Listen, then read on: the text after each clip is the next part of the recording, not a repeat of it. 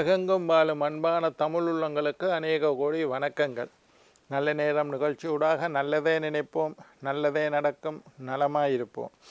இன்றைய தினம் 21 ஜனவரி மாதம் 2025 குஜவாசனம் என்று சொல்லக்கூடிய செவ்வாய்க்கிழமை, குரோதி வருடம் தை மாதம் 8ஆம் நாள், சப்தமி திதி, சித்திரை நட்சத்திரம், சித்த யோகம். இன்றைய தினம் ராகு காலம் 3:30 மணி முதல் 5 மணி வரை. இன்றைய தினம் யமகண்டம் 9:30 மணி முதல் 11 மணி வரை. இன்றைய தினம் நல்ல நேரம் 11 மணி முதல் 12:30 மணி வரை. இன்றைய தினம் சந்திராஷ்டமம். பூரட்டாதி உத்திரட்டாதி நட்சத்திரக்காரர்களுக்கு சந்திராஷ்டமம். என்ன நேர்களே, வாருங்கள் இனி இன்றைய தினத்திற்கான ராசி பலன்களை பார்க்கலாம்.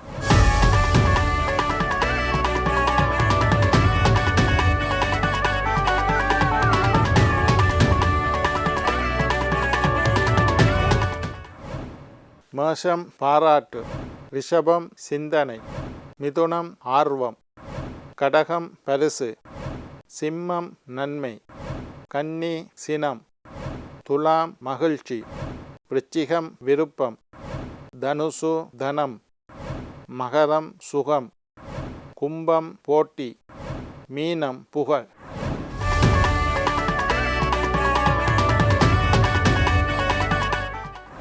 ஆன்மீக தகவல் பகுதியில் தொடர்ந்து உங்களை சந்தித்து வருவதில் மட்டற்ற மகிழ்ச்சி அடைகின்றேன். ஒவ்வொரு நாளும் ஒவ்வொரு புதிய அற்புதமான ஆன்மீக தகவல்களை உங்களோட பகிர்ந்து கொண்டிருக்கிறோம். அந்த வகையில் இன்றைய தினமும் சில நல்ல விஷயங்களை உங்களோட பகிர்ந்து கொள்ளலாம் என்று காத்திருக்கிறேன். இன்றைக்கு என்னத்தை பற்றி பார்க்க போகிறோம்டா, கிரக தோஷங்கள் நீங்க ஏற்ற வேண்டிய தீப வழிபாடை பற்றி இன்றைக்கு பேச போகிறேன்.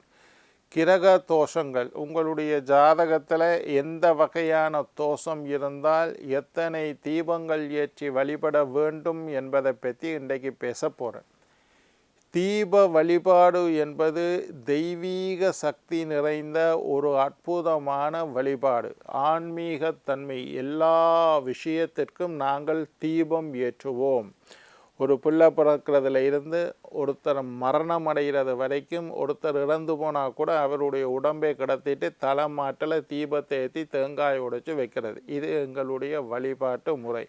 நல்ல விஷயங்களாக இருந்தாலும், கெட்ட விஷயங்களாக இருந்தாலும், மங்களகரமான விஷயமாக இருந்தாலும், துன்பமான விஷயமாக இருந்தாலும் நாங்கள் தீபம் ஏற்றி வழிபடுவது எங்களுடைய சிறப்பு. தீப ஒளியிலே இறைவனை காண்பது, அக்னி வடிவமாக இறைவனை வழிபடுவது எங்களுடைய இந்து சமயத்தினுடைய ஒரு சிறப்பான விஷயம். அக்னியில் இறைவனை வழிபாடு செய்வது, பெரிய யாகங்கள் ஏற்றி யாகங்கள் வளர்த்து அதிலே தோன்றக்கூடிய அக்னி ஜுவாலையை இறைவனாக நினைத்து அதற்கு ஆகுதிகள் கொடுத்து வழிபடுவது ஒளி வழிபாடு, தீப வழிபாடு. அதே மாதிரி தீபங்களை ஏற்றி அந்த தீப ஒளியில் மகாலட்சுமியை நினைத்து திருவிளக்கு பூஜை செய்வது எங்களுடைய பண்பாடு. தீப வழிபாடு சிறந்தது. இறைவனை ஒளி வடிவமாக காண்பது.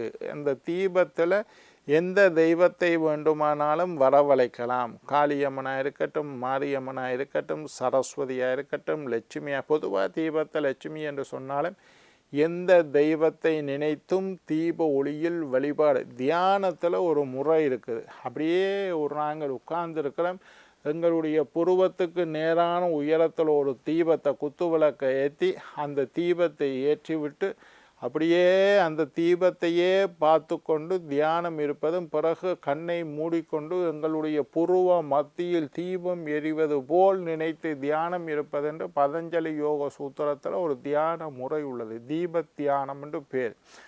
அற்புதமான பலன். அதை நான் செஞ்சிருக்கிறேன். நான் நிறைய பேருக்கு சொல்லி கொடுத்துருக்கேன். அப்படியே தீபத்தை கொஞ்ச நேரம் பார்த்துட்டு விடிய வெள்ளன பிரம்ம முகூர்த்தத்தை பற்றி பேசினேன்.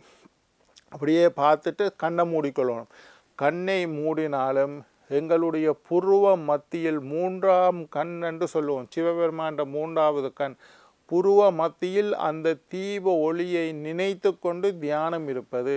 அதுக்கு பிறகு கொஞ்ச நாள் பயிற்சி, கொஞ்ச நாள் தீபத்தை பார்த்து கொண்டு இருக்கணும். பிறகு கண்ணை மூடி, பிறகு தீபம் உங்களுக்கு தேவையில்லை. கண்ணை மூடினாலே புருவ மத்தியில் தீப ஒளி ஜுவலிக்கும். அந்த தீப ஒளியில் இறைவனை தியானம் செய்யக்கூடியது அற்புதமான பலன் தரக்கூடிய எளிமையான தீப தியானம் என்று அதுக்கு பேர். நினைச்ச காரியத்தை சொல்கிறது, சாமி ஆடுறது, சாமி பார்க்கறது, ஜாதகம் பார்க்கறது, இந்த மாதிரி ஜோதிடர்கள் பயன்படுத்தக்கூடிய தீப வழிபாடு அற்புதமான ஒரு வழிபாட்டு முறை. கோயிலில் போய் பார்த்தீங்கன்னா எல்லா சாமிக்கு முன்னுக்கும் கண்டிப்பாக உண்டியலும் தீபம் இருக்கும். எது தவறுனாலும், சில நேரம் தீபம் வைக்க தவறுனாலும் எல்லா சாமிக்கு முன்னுக்கும் உண்டியல் இருக்கும். அது கலியுக கொடுமை.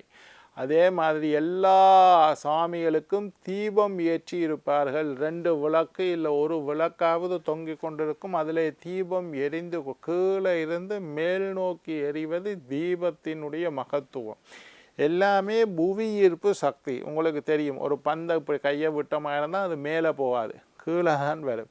எல்லாமே புவி ஈர்ப்பு சக்தியில் கீழ் நோக்கி பயணித்து இருக்கும் பொழுது தீபம் மட்டும் ஏற்றின இடத்துலேருந்து மேல் நோக்கி எரியும். அதை ஆழமாக புரிஞ்சுக்கொள்ளுங்க, தீபத்தினுடைய சக்தி. அக்னியை வளர்த்தீங்கன்னா அதுவும் புவியீர்ப்பு சக்திக்கு கீழே தான் போகணும். ஆனால் தீபம் மட்டும் அக்னியை வளர்த்திங்கன்னா அக்னி மேல் நோக்கி எழும்பும். விளக்கை ஏற்றி விட்டீங்களா முறைப்படி விளக்கு கீழே தான் எரியணும். புவியீர்ப்பு சக்தி கீழே தான் இழுக்கும். ஆனாலும் தீபங்கள் மேல் நோக்கி எரிகின்றன. இது ஒரு மகத்துவம். கோயிலில் போனீங்களா தீப ஆராதனை காண்பிப்பார்கள். இறைவனுக்கு தீபம் காட்டுறது, அடுக்கு தீபத்தில் இருந்து கும்ப தீபம், பில்வ தீபம், நாக தீபம், இந்த மாதிரி மயூர தீபம், மூஷிக தீபம் என்று இறைவனுக்கு தீபாராதனை காண்பிப்பார்கள். ஏதாவது ஒரு காரணம், உங்களோட மனசு சரியில்லை, ஏதோ எனக்கு மனசுக்கு ஒரு மாதிரி இருக்குண்டா, ஒரு முறை ஆலயத்திற்கு சென்று உங்களுக்கு எத்தனை வயதோ அத்தனை தீபம் ஏற்றி வழிபாடு செய்து விட்டு வாருங்கள். உங்களுடைய பிரச்சனைகள் எல்லாம் நீங்கிவிடும்.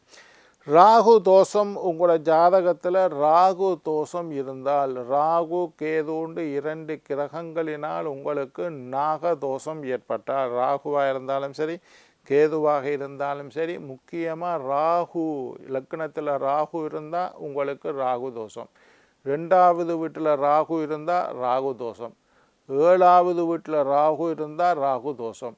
8வது வீட்டில் இருந்தால் ராகு தோஷம்.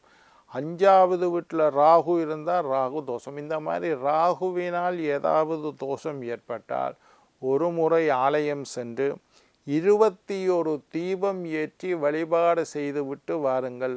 ராகு தோஷம் நீங்கிவிடும். ராகுவினால் ஏற்பட்ட தோஷத்துக்கு 21 நெய் தீபம், நான் சொல்றது எல்லாமே நெய் தீபம், நெய் தீபம் ஏற்றி வழிபாடு, அது சிவனுக்காக இருக்கலாம், துர்க்கைக்காக இருக்கலாம், அம்பாளுக்காக இருக்கலாம், எதுக்கோ.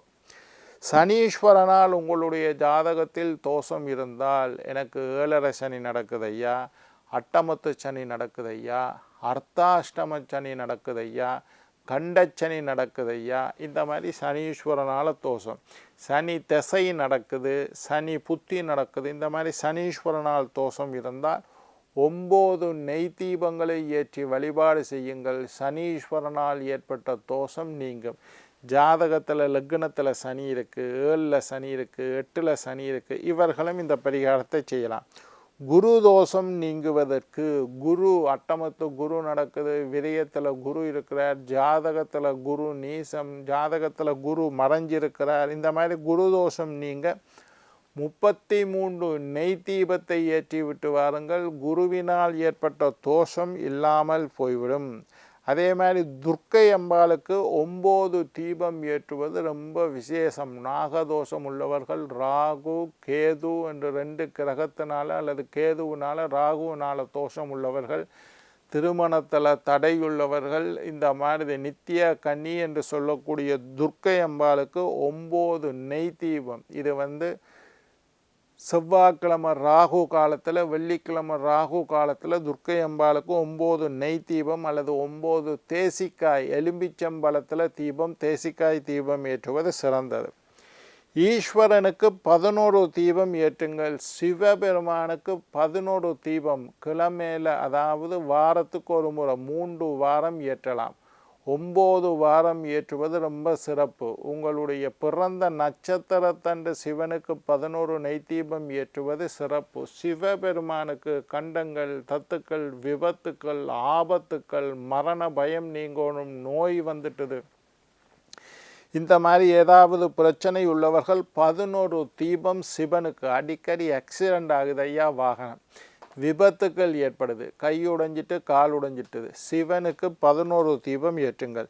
திருமண தோஷம் உள்ளவர்கள், கல்யாணம் நடக்குதில்லை, கல்யாணம் லேட் ஆகுது, கல்யாணம் தாமதமாகுது, திருமணம் சம்பந்தமாக தோஷம் உள்ளவர்கள் 21 நெய் தீபம் ஏற்றுங்கள்.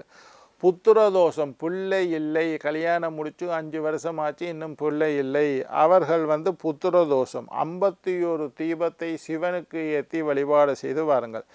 சர்ப்பதோஷம், நாகதோஷம், ராகு கேதுன்னு 2 கிரகத்தினால எங்களோட ஜாதகத்தில் நாகதோஷம் சர்ப்பதோஷம், கால சர்ப்பதோஷம், ராகு கேதுவுக்கு இடையில் கிரகங்கள் அடைபட்டிருக்கு. இந்த மாதிரி சொல்லக்கூடியவர்கள் 21 நெய் தீபத்தை சிவபெருமானுக்கு ஏற்றுங்கள். கால சர்ப்பதோஷம், ஒரு பக்கம் ராகு இருக்கார், ஒரு பக்கம் கேது இருக்கார், ராகுவுக்கும் கேதுவுக்கும் இடையில் மீதி உள்ள கிரகங்கள் எல்லாம் அடைச்சிட்டுது, அதை சொல்கிறது கால சர்ப்பதோஷம். 21 நெய் தீபம் ஏற்றி துர்க்கை அம்பாளை வழிபாடு செய்யுங்கள். கால சர்ப்பதோஷத்தினால் ஏற்படக்கூடிய பிரச்சனைகள் எல்லாம் குறைஞ்சி விடும்.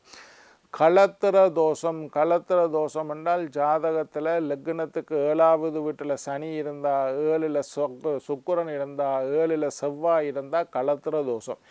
இந்த மாதிரி களத்திர தோஷம் உள்ளவர்கள் ஒரு முறை அம்பாள் சன்னிதானத்துக்கு சென்று 108 தீபம் ஏற்றி வழிபாடு செய்து வந்தால் களத்திர தோஷம் நீங்கும். என்ன நேர்களே, இன்றைய தினம் உங்களுடைய கிரக தோஷங்கள் நீங்குவதற்கு நீங்கள் செய்ய வேண்டிய தீப வழிபாடை பற்றி சொல்லித்தந்தான். நாளைக்கு மற்றொரு நிகழ்ச்சியில் உங்களை சந்திக்கும் வரை உங்களிடம் விடைபெறுவது உங்கள் ஜோதிட சித்தர் டாக்டர் ராஜராஜ குருக்கள்.